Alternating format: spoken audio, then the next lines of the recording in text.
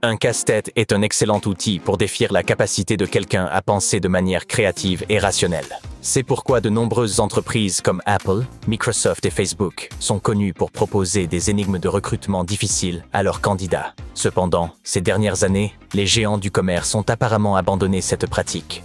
Google a même qualifié ces énigmes de perte de temps, car elles ne prédisent rien sur les performances futures du candidat et ne servent qu'à nourrir l'ego de l'intervieweur. Mais c'est quand même intriguant de savoir si vous pourriez résoudre ces énigmes, n'est-ce que pas? Alors, découvrons-le. On dit que Microsoft et Amazon ont utilisé cette énigme lors de leurs entretiens. On vous donne 8 balles qui se ressemblent toutes. L'une d'elles est plus lourde que les 7 autres. Vous disposez d'une balance mécanique simple et vous ne pouvez faire que 2 pesées. Pouvez-vous trouver la balle la plus lourde?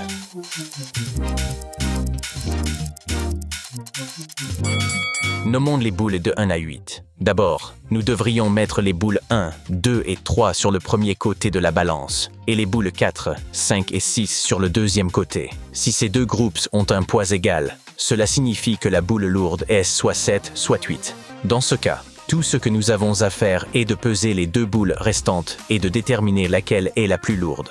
Mais parlons d'un autre scénario. Supposons qu'un des groupes de 3 balles sur la balance soit plus lourd. La balle désirée doit être ici. Maintenant, il vous suffit de peser 2 de ces balles pour révéler laquelle est la plus lourde. Si les 2 balles ont le même poids, alors la balle désirée est celle qui reste non pesée. Aujourd'hui, selon les rumeurs, Elon Musk n'interviewe pas chaque employé. Mais il semble que lorsqu'il le faisait, il posait cette énigme. Vous vous tenez quelque part à la surface de la Terre. Vous marchez 6 km vers le sud, puis 6 km vers l'ouest, et ensuite 6 km vers le nord. Et vous vous retrouvez au même endroit où vous avez commencé. Où êtes-vous?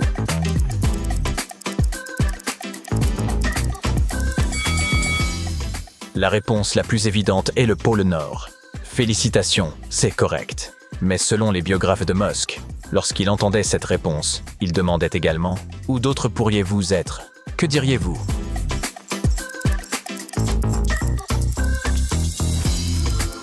Jetons un coup d'œil au cercle de latitude près du pôle sud, qui a une circonférence de 1,6 km. À partir de n'importe quel point de ce cercle, marcher 1,6 km vers l'ouest le long de ce cercle vous ramènera au même point. Par conséquent, tout point situé à 1,6 km au nord de ce cercle de latitude est une solution possible à l'énigme. Il y a une autre option. Vous pourriez être n'importe où à 8 km au sud de l'équateur. De cette façon, vos trajets vers l'ouest et vers l'est tournent de manière égale autour d'une latitude. De plus, vous pourriez être un super-héros capable de vous téléporter à n'importe quel point à tout moment. Mais c'est un tout autre jeu. Dans ce cas, SpaceX vous embaucherait probablement sans même jeter un œil à votre CV. De nombreux portails d'emploi mentionnent des énigmes d'entretien concernant la traversée d'une rivière sous divers termes. Voici un exemple astucieux de ces énigmes. 9 frères vivent sur une île.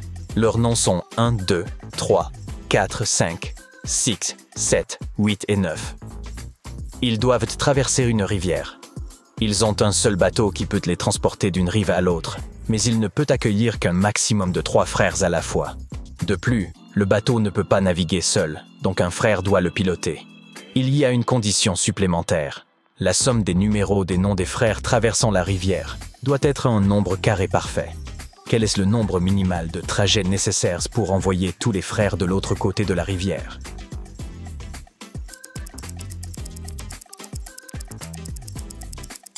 Lors du premier voyage, envoyez les frères 2, 5 et 9. La somme de ces nombres est 16, ce qui fait 4 x 4. Ensuite, renvoyez 9. Ce sera le deuxième voyage. Lors du troisième voyage, envoyez 3, 4 et 9. Là encore, la somme de leurs nombres est 16, ce qui répond parfaitement à la condition. Lors du quatrième voyage, renvoyez 9. Et lors du cinquième voyage, envoyez 1, 7 et 8. La somme de ces nombres est encore 16. Lors du sixième voyage, retournez 1 vers l'île. Et enfin, lors du septième voyage, envoyez 1, 6 et 9. La somme de ces nombres totalise 16, ce qui est encore un nombre carré. Il faut donc au moins 7 voyages pour faire traverser tous les frères de l'autre côté de la rivière.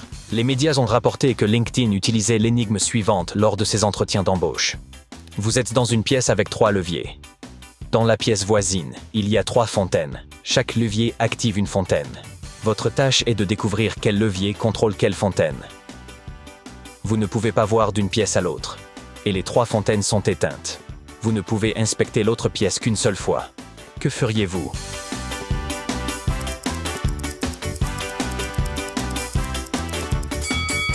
Appelons les leviers 1, 2 et 3. Laissez le premier levier éteint.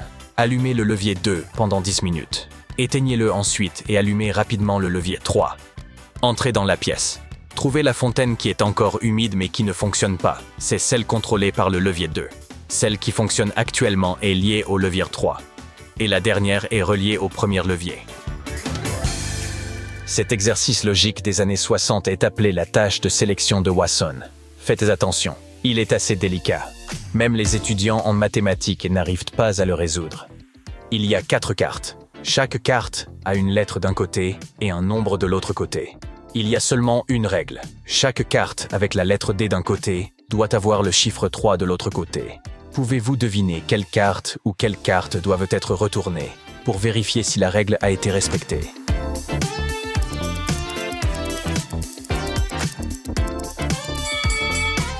Vous devez vérifier 2 cartes, D et Sept. La plupart des gens suggèrent de choisir les cartes D et 3, mais cette réponse est incorrecte.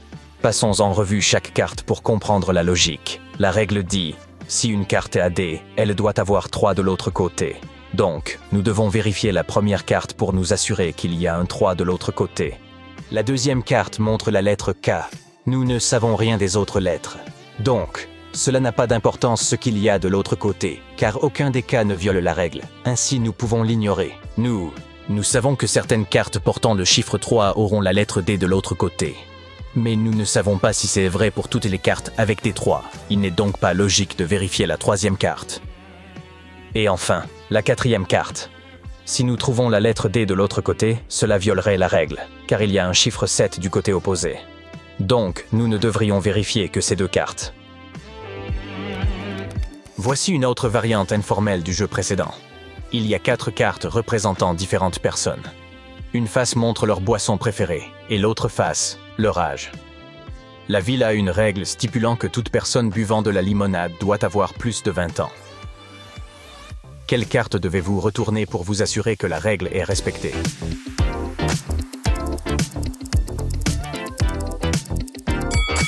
Vous n'avez besoin de vérifier que la carte de limonade est la carte avec le numéro 16. Évidemment, vous devez vous assurer que la consommation de limonade est supérieure à 20. Et vous devez vous assurer que la personne de 16 ans ne boit pas de limonade. La personne qui boit du café peut avoir n'importe quel âge. Et la personne de 25 ans peut légalement boire de la limonade. La plupart des gens peuvent résoudre cette énigme assez rapidement. Et c'est curieux parce qu'en fait, cette tâche est similaire à la précédente.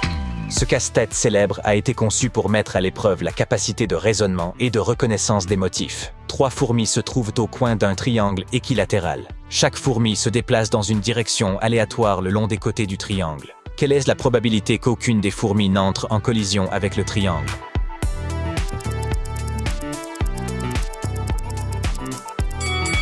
Il y a 50% de chances que les fourmis ne se rencontrent jamais, et 50% de chances qu'au moins 2 d'entre elles puissent se rencontrer. Toutes les fourmis peuvent se déplacer soit dans le sens horaire, soit dans le sens anti-horaire. Cela réduit votre première chance de 50% que les fourmis ne se rencontrent jamais à une chance de 25%.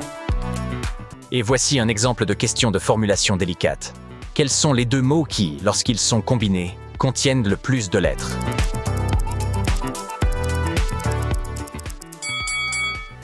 Poste et bureau.